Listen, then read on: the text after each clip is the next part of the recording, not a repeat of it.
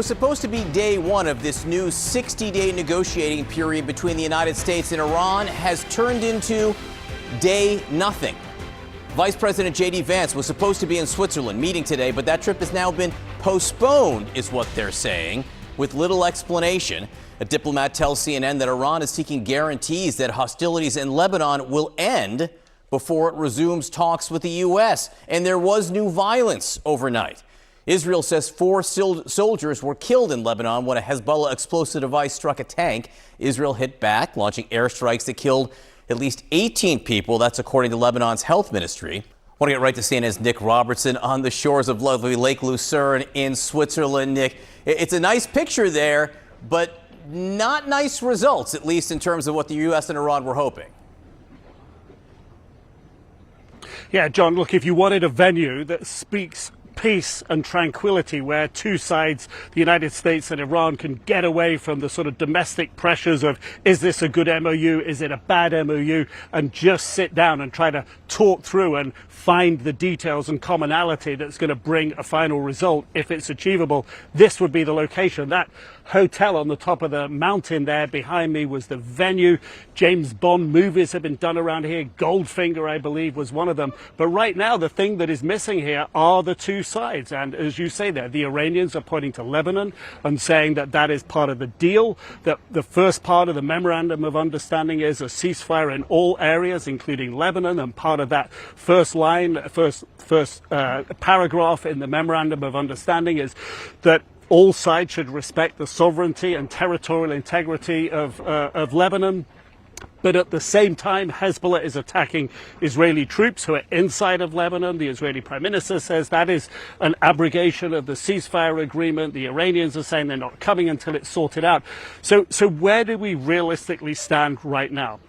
These talks have been beset and fraught by the issue of Lebanon from the get-go 2 months ago. Was it or was it not included? It's definitively in the agreement, but that is the trickiest and hardest thing to pin down for President Trump. And this is going to be the question, I think, where the pressure lands from President Trump towards the Israeli Prime Minister.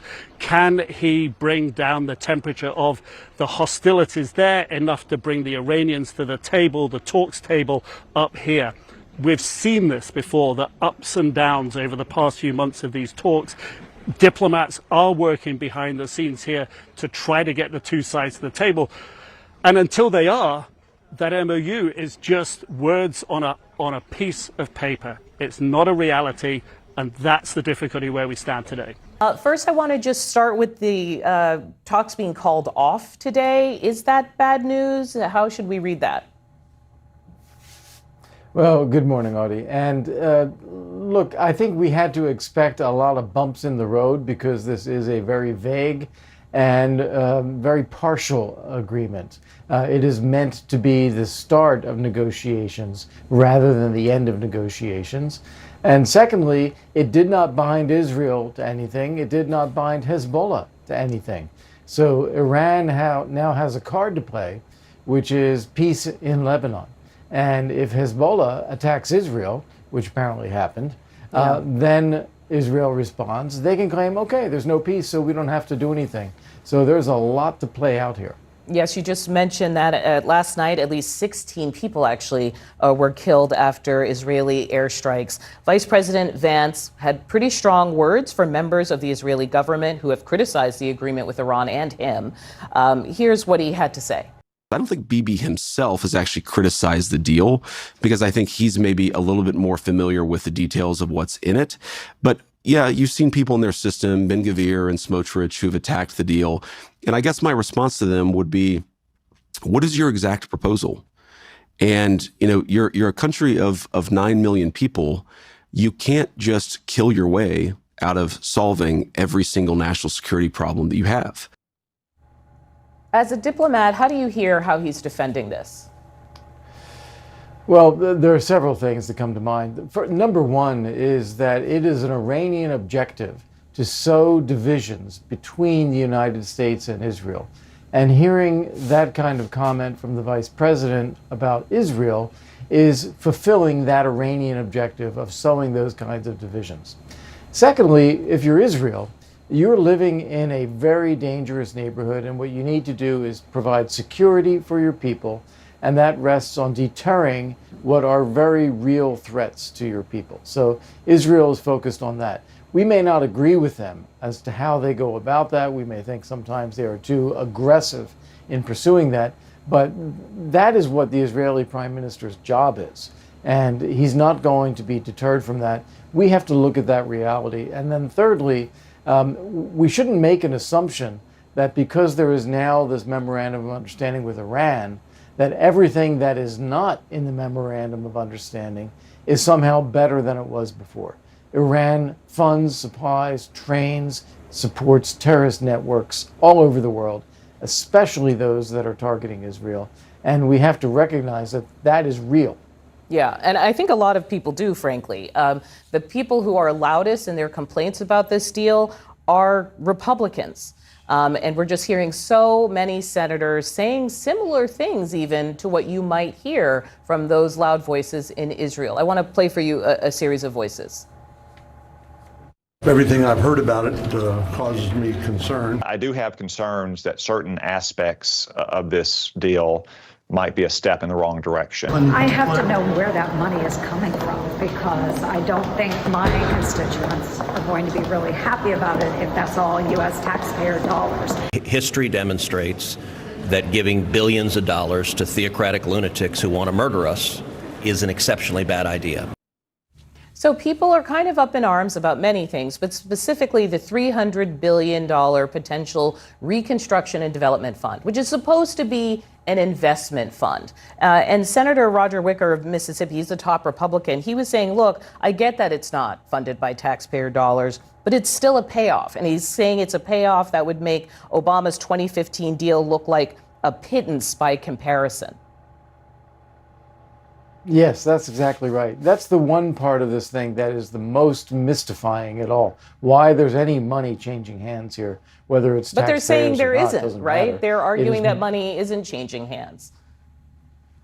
Well, they say that, but then you look and you say sanctions are being lifted. Iran is getting oil sales. There will be a reconstruction fund that the Gulf states will organize. That's money. And what you have to look at here is where we were in January was Iran's nuclear program had been bombed and substantially destroyed, and the Gulf of Hormuz was open. Now we had 4 months of war that we paid for, and the nuclear program remains destroyed, and we are still in an open-ended negotiation about where that goes. And there is some Iranian insistence that they have some control over the Strait of Hormuz.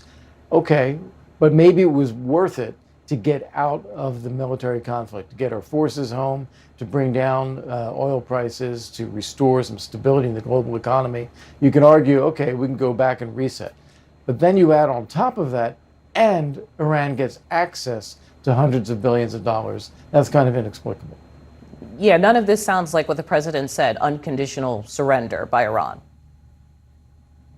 No. I know that's what he wants to say, but the Iranian regime is still in place. They are setting terms over the Strait of Hormuz. They are setting terms for future negotiations about nuclear weapons. And as we saw today, they're also insisting on demands about Lebanon that is mentioned in the agreement but has no binding effect on Israel or Hezbollah. Following all of this for us is CNN's Paula Hancock. She's live from Abu Dhabi. Good morning, Paula. So some really difficult images that we're seeing from Lebanon this morning, with at least 16 people killed after a heavy night of Israeli airstrikes. Israel also saying that it's had its deadliest incident for IDF troops since the beginning of this 3-month conflict. Are we starting to see this memorandum of understanding fall apart before it's even begun?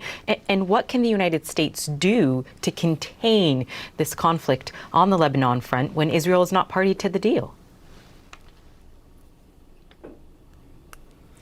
Well, Sam, we've long been talking about this issue, the issue of Israel and Hezbollah being potentially the break when it comes to this memorandum. It could become the spoiler, as we know that the Israeli Prime Minister Benjamin Netanyahu does not feel contained or restrained by this deal when it comes to fighting against Hezbollah. We did hear him on Thursday saying that his priority is to make sure that residents in the north of Israel are protected, that his military will remain in southern Lebanon, where they have seen these increased hostilities overnight, these deadly hostilities, as long as is necessary in order to protect the security of Israel.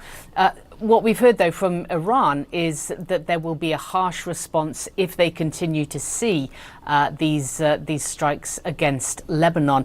So this has become one of the crucial points of this memorandum of understanding. It's point one of this 14-point plan, that the cessation of hostilities on all fronts are including Lebanon. Now, we have been hearing increasing frustration from the Trump administration against Israel, against Prime Minister Netanyahu, believing he is not doing enough to try and limit the amount of civilian casualties when it comes to firing against Hezbollah. We heard specifically yesterday from the US Vice President J.D. Vance. Let's listen.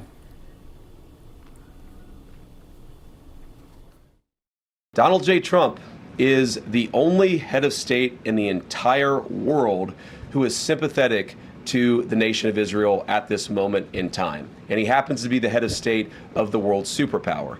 If I was in the cabinet of the Israeli government, I might not be attacking the only powerful ally that I have anywhere left in the. Alright guys, the situation between Ukraine and Russia is escalating once again, and some of the latest footage coming out is pretty dramatic. Reports claim that Ukrainian drone attacks have targeted locations deep inside Russian territory, including areas around Moscow and critical energy infrastructure. Videos circulating online show explosions, fires, and air defense systems attempting to intercept incoming drones. What's really interesting is how modern warfare is changing. Drones are becoming a bigger part of the battlefield, allowing both sides to strike targets from long distance without traditional aircraft. At the same time, Western leaders continue to express support for Ukraine, while Russia shows no signs of backing down. That means the conflict remains far from over. The big question is whether these attacks will increase pressure for negotiations or simply lead to even more escalation in the months ahead. What do you think? Could this change the course of the war, or is it just another chapter in an already long conflict? Let me know in the comments.